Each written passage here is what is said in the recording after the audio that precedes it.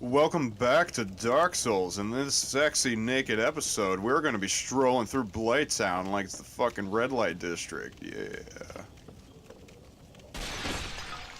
Oh, come on. There isn't a red light district here. Everyone's too dead.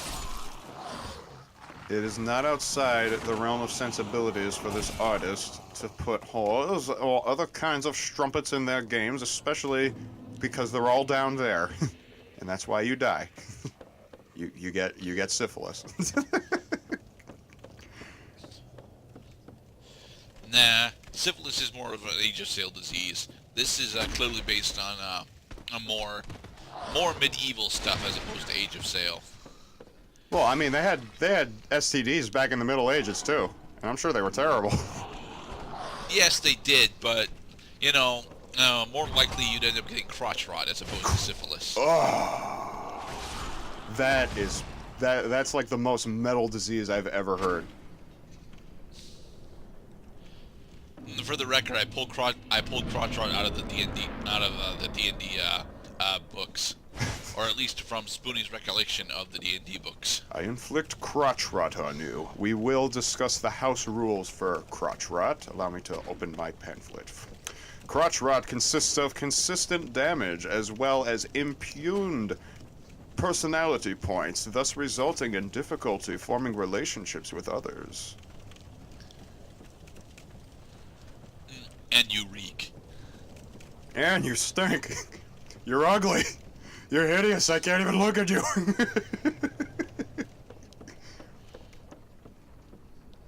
So we're about to go fight the lost demon, right? Not quite. No, there are no bosses in this part because it's a blind playthrough. I don't know jack shit, and I need my glasses in order to see where I'm going.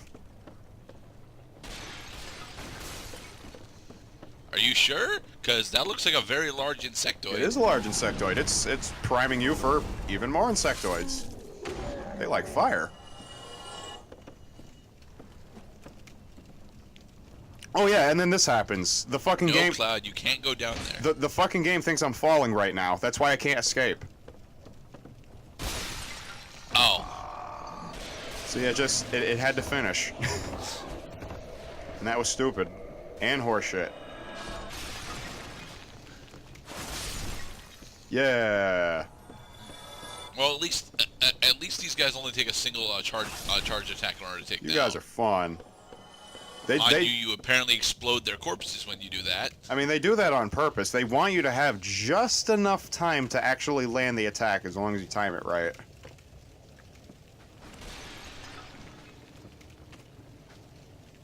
It's a chess game, actually. You can be off by just one turn. Are these arachnids, or are they the other class of the other class of insect that I don't remember? What, pyrorachnids? Pyrachnids, if you will. I mean, they're actually they're more or less spewing lightning as opposed to fire, but dang it. I mean, it's like fire lightning. More like fire hand. Dang it. Stop toxifying me. Where are you? He is in the darkness. He is over there somewhere. Alright, no more hitting me, please. Alright, and I'm dead.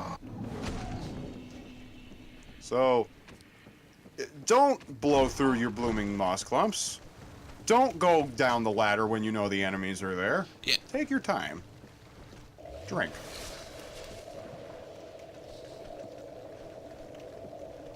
Hello there. Okay, I've done this once.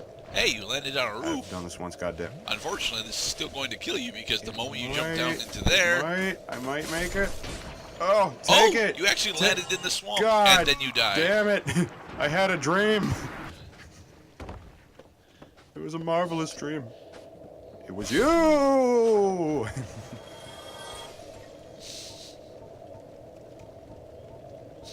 Oh, you went out and bought a bunch of purple moss. Oh, thank God. No, you can't use...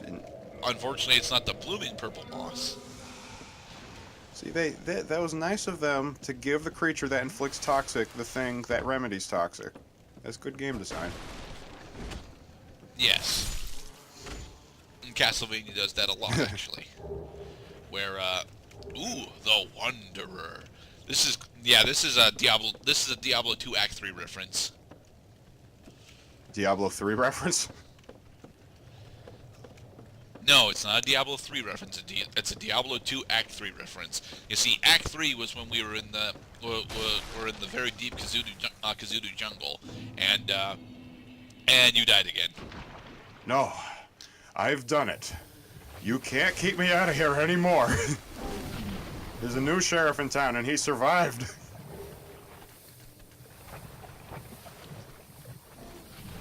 And he's got crotch rot. I certainly hope that your character does not have crotch rot, although, originally when he was going to be a barbarian, crotch rot would be a thing he would be most susceptible to. Yes, I agree. In those drunken mead-filled nights, I honestly can't remember whether or not she said she had done this before.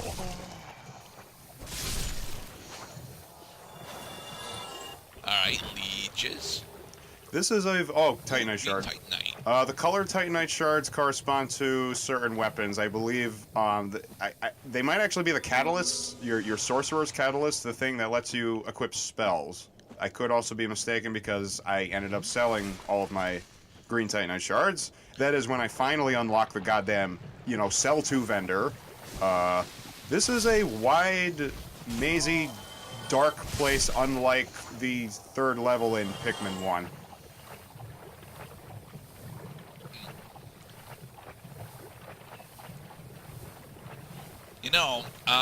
About halfway through last year, I decided to play all the way through Pikmin 2 for the first time, and I actually enjoyed most of it. Although several minor things that were carried over from Pikmin 1 really annoyed me.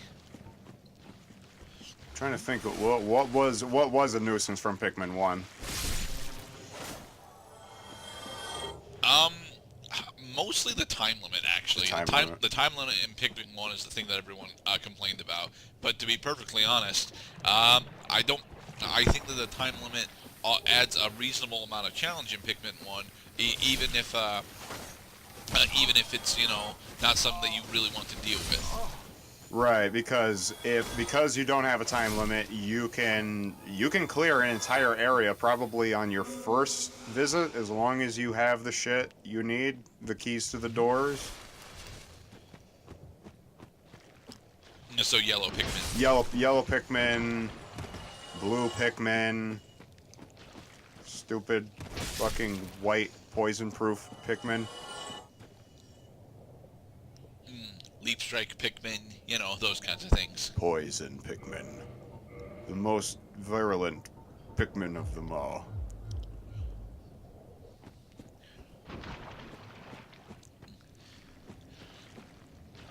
So, despite the fact that there was a boss door, there's not a boss here? There is a couple doors. The boss door kind of takes a thematic, aesthetic departure from this dark, cavernous place we have found ourselves in. You'll see what I mean when we actually run into it. Next part, though.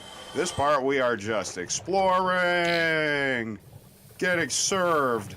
That sword is called the Server. Yes. I suppose it's supposed to be called the Sever, but it's not. It's called the Server. Would you like to see? Why is it called the Server, Cloud?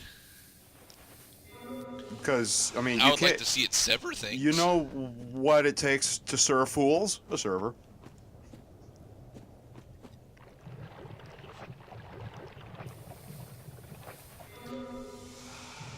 You know what it takes to connect to fools? A server.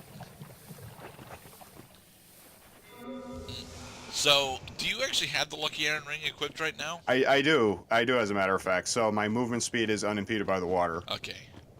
And yep, the well, poison. Mostly, you still have a small slowdown. The poison water is just as shitty as we thought it was going to be. It's slow. You get poisoned by it. Yeah. These hidden items aren't all that's cracked up to be. Not gonna lie. Well, I like the Ed and Eddie reference, although it's kind of sad to see Plank ended up in Dark Souls after the show. Plank has a soul of unspeakable evil. This is true, but he also has parents, so we like him. See, Plank would be the character. He shows up at the beginning of the game. His appearances are interspersed at intervals throughout the game. You're wondering why he's there and why you can't interact with him, and then he becomes the final boss. So, Quincy. So, the Evelyn character from Resident Evil 7.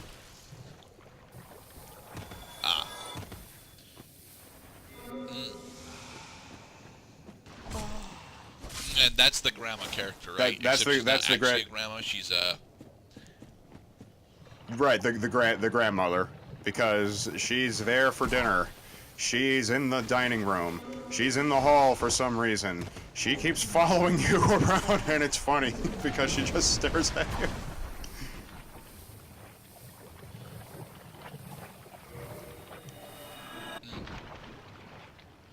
All right, and on our second visit, found the real way down here, have you? Not yet. I stumble upon the thing that would finally make this a lot more tolerable. There it is. Hey, a bonfire. Yeah. Are you happy now, Mr. Dark Souls player? You have found the thing. You don't gotta repair shit if you're not wearing it.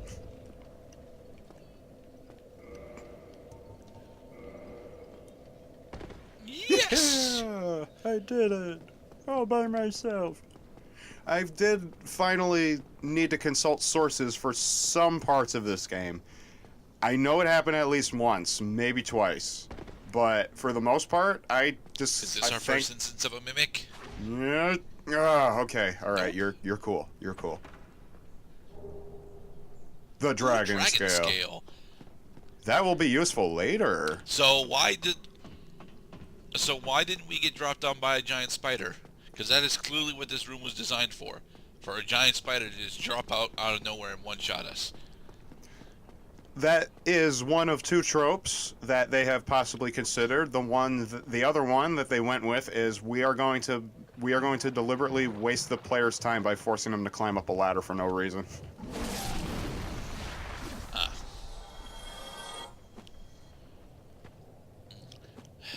I finally got my hair cut, Mr. Cloud. It is significantly better. Do you find yourself procrastinating from getting haircuts because you get anxious about having to talk to the hairdresser? See, I am like that. I am that way too. No, I don't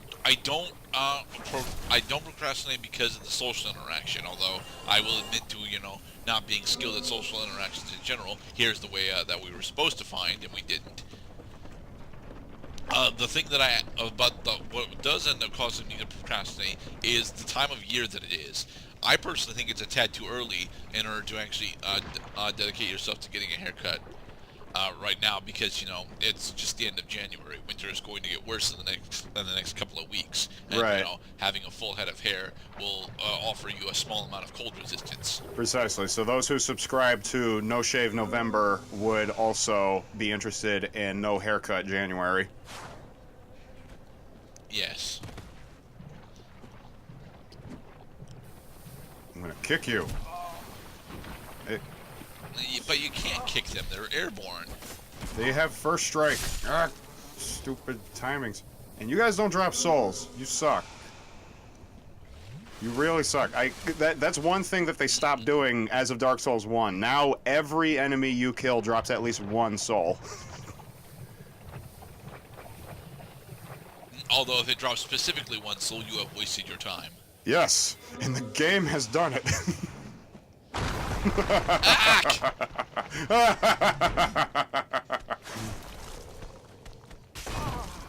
Aren't they feeling it now, Mr. Krabs?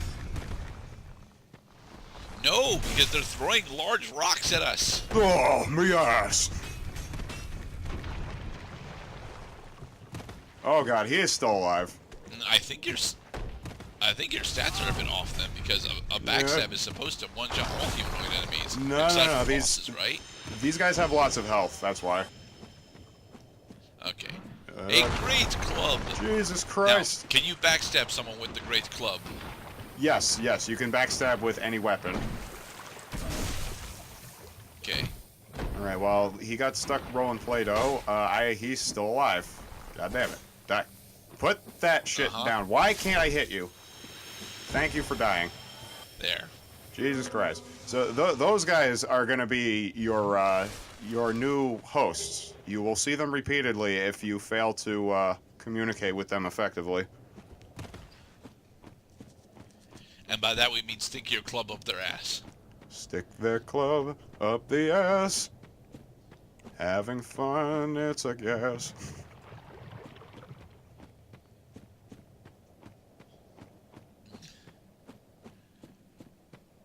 I think we're about. I think we have cleared this area of most of the enemies. I think so too. Well, this is my second time going through, and oh, shiny thing, must get.